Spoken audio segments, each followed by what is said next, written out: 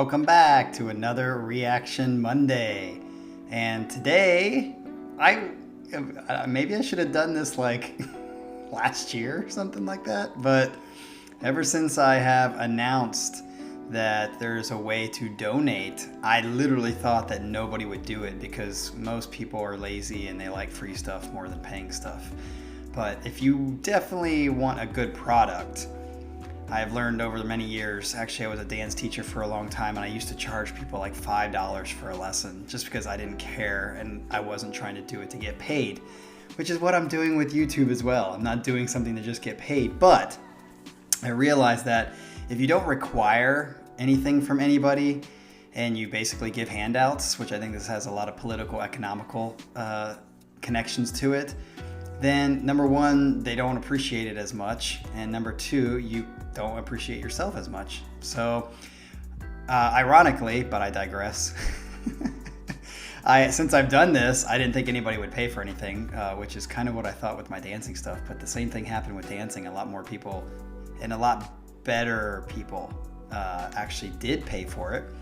And so this week we are full as far as 2 videos full. Like I said, if 10 people paid over the week and they wanted 10 requests to be done, then I would do 10. That would be quite a bit, but full for me right now is basically doing 2 different reactions in one Monday. That would be full for me. So last week we had 2 people who paid for reactions, and this week we have 2 people who paid for reactions. So if you obviously have been seeing on the screen, this is kind of the tier of donations that you can give. I actually had somebody pay $5 through YouTube, and then I had somebody pay through PayPal, and we are going to do both of those songs today. And the first one is something that I'm kind of definitely interested in listening to, because it is Richard Henshall. I think it's interesting about this Richard Henshall is that I do not know anything about Richard Henshall himself other than he's the guitarist for Haken. And more importantly to me, he filled in for Mike Portnoy's, I think, Shattered Fortress performance. They did it on a cruise. And to be honest, I was quite shocked at how good he played Petrucci's parts.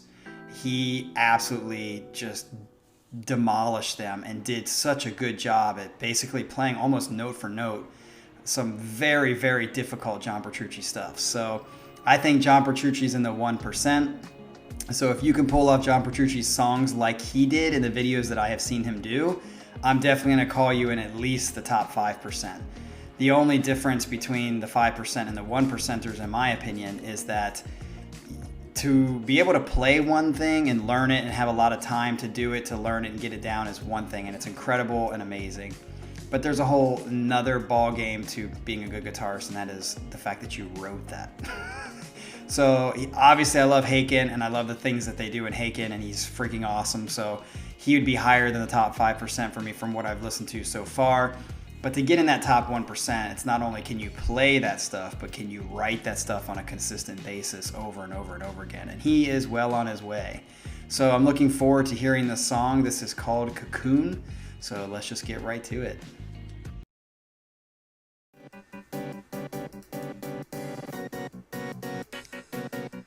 Okay.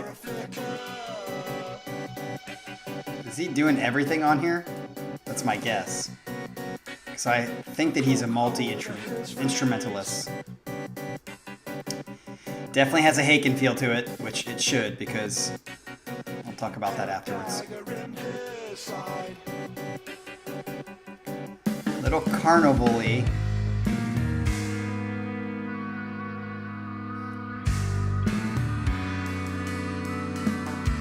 We got 10 minutes. Hopefully it's not all carnival-y. Carnival-y.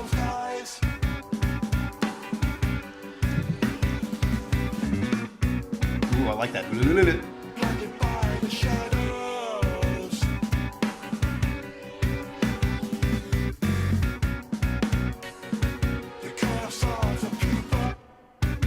Oh, I like that stop, which is very consistent with Haken stuff. Oh, very Haken-ish.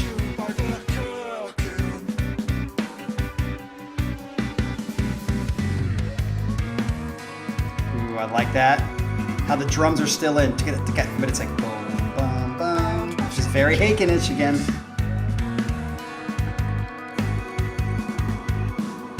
That nice division. It's like and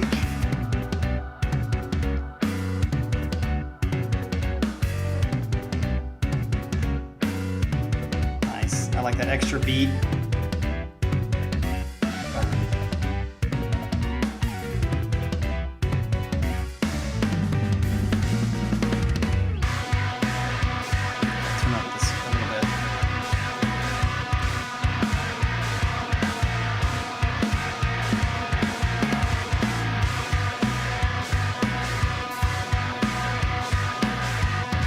Like that.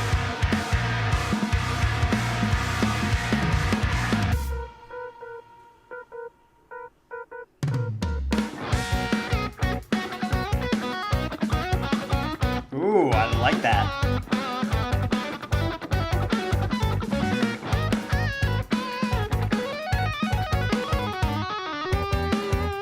Oh shit, that's badass.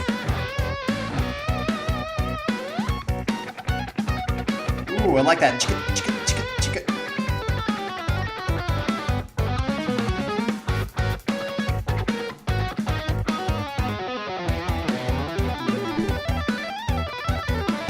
Man, he really likes that legato playing and he's good at it.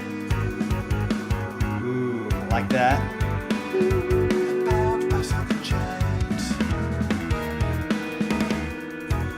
You hear that organ?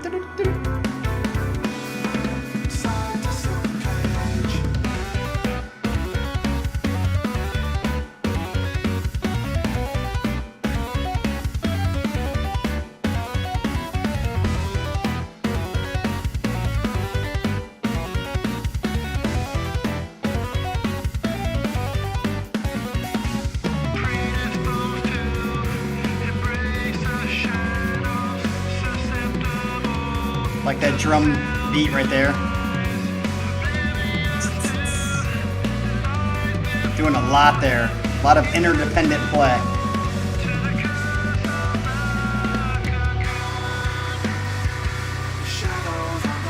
Ooh, nice break.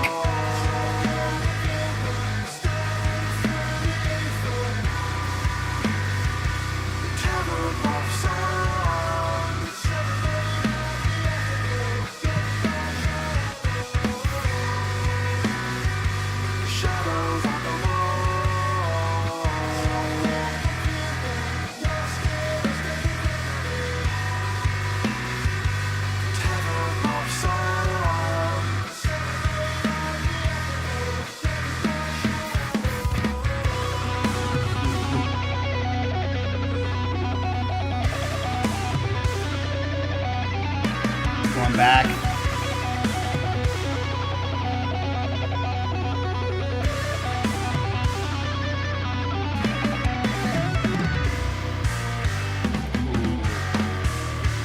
It's a very Haken, like doo doo doo. Not as heavy though.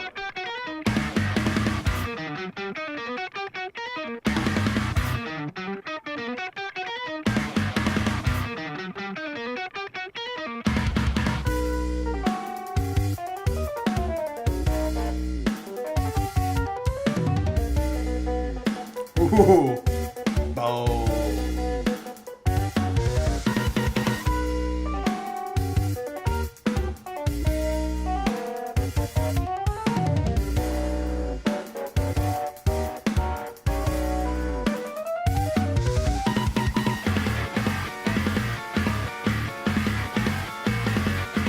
Yeah, it's starting to feel very disjuncted. Is that a word? Disconnected? It seems like a bunch of parts put together. There isn't really like a flow. Cool parts, but so far, outside of the beginning, I'm getting kind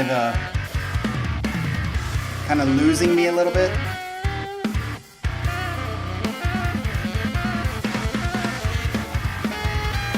Badass playing though, I know that.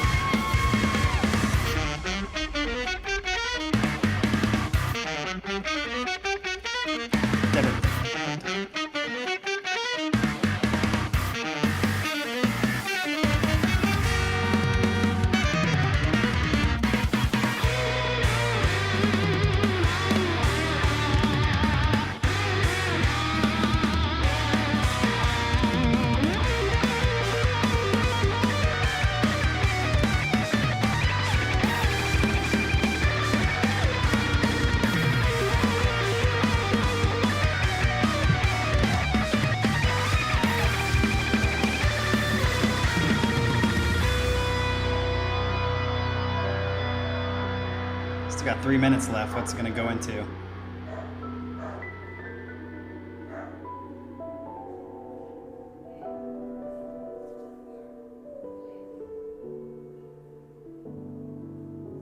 Beautiful piano.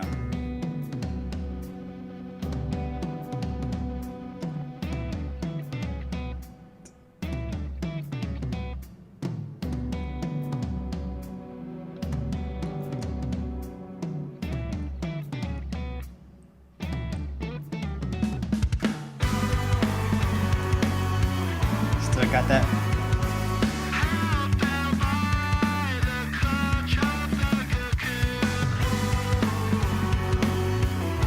Okay, so the singing is confusing to me because it's obviously not coming in to establish a melody as much. It's coming in to fill the space.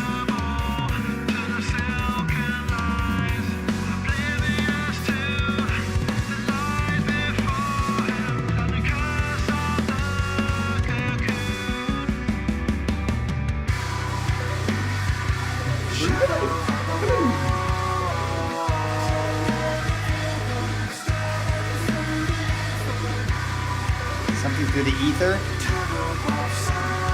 See, I like this. It's got like a...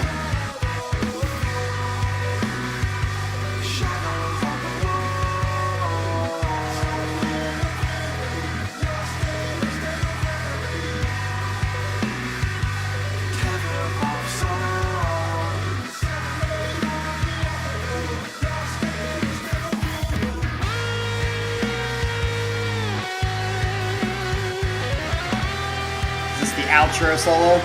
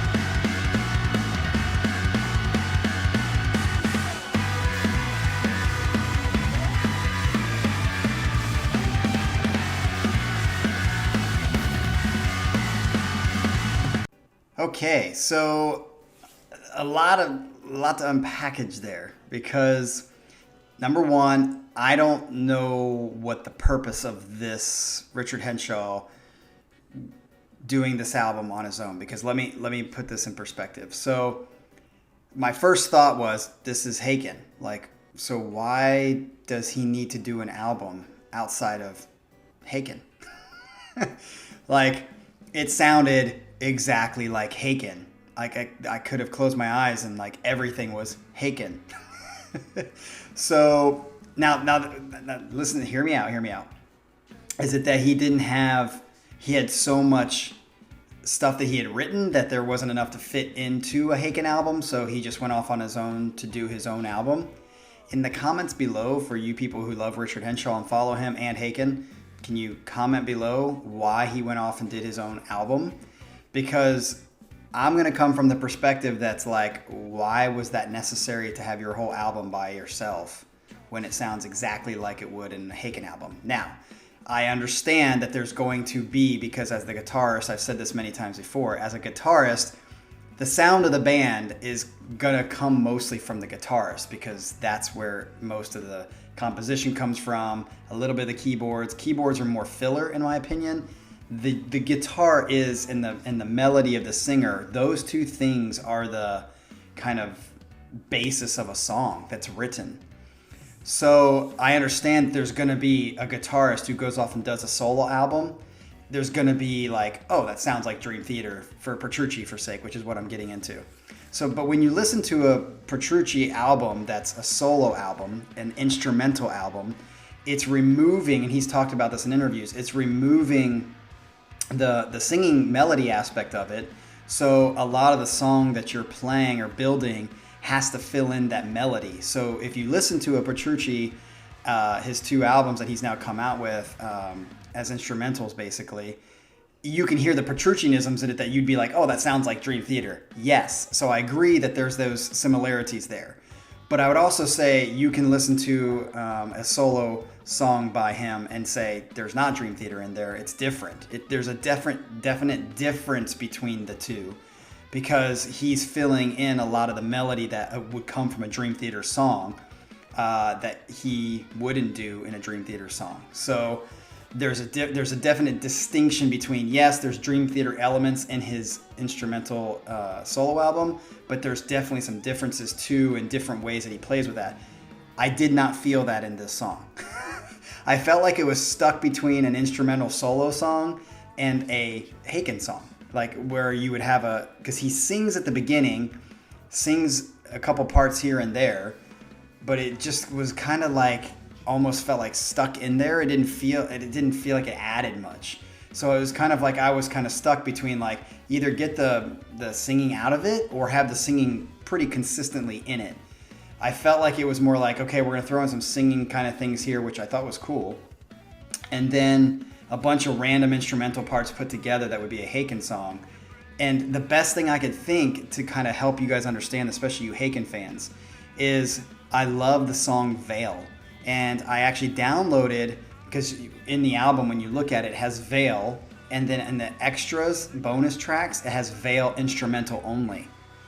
That's what this sounded like, and I love Veil. But I know it in the context of what the singing is and what the melody's bringing in the song. And so when I listen to Veil, the instrumental, I kind of fill it in with my own head, and I can almost sing to it because I know it. That's what I felt like this was. I felt like this was a Haken instrumental song that should have melody in it, that should have someone singing in it the whole time.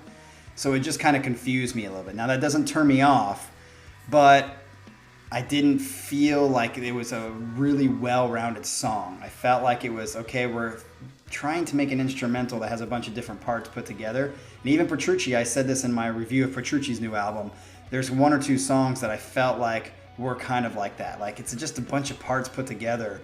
It didn't really have and again, I'm more prone to more like a mixture of going off but also having a home base. And I didn't feel like this really had much of a home base.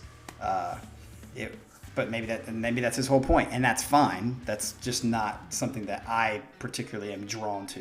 So would I call this a bad song? No. Would I call this a great song? No. Would I call it going on my playlist? I don't know. I'd have to listen to it a couple times, because I know one thing about Haken songs is that sometimes, just like with Dream Theater songs, I have to listen to them multiple times before I start to go, oh, yes. So maybe I'll do that here. But anyway, if you want more music, you know how to do it, and you can do it right here by paying for it a little bit. So hopefully you do, and next week maybe we'll have a new whole... And again, this is not just in the progressive rock realm. I'm open to anything. So if you want me, we have somebody who wants me to listen to Jacob Collier. I'll do that again. It's a whole different genre.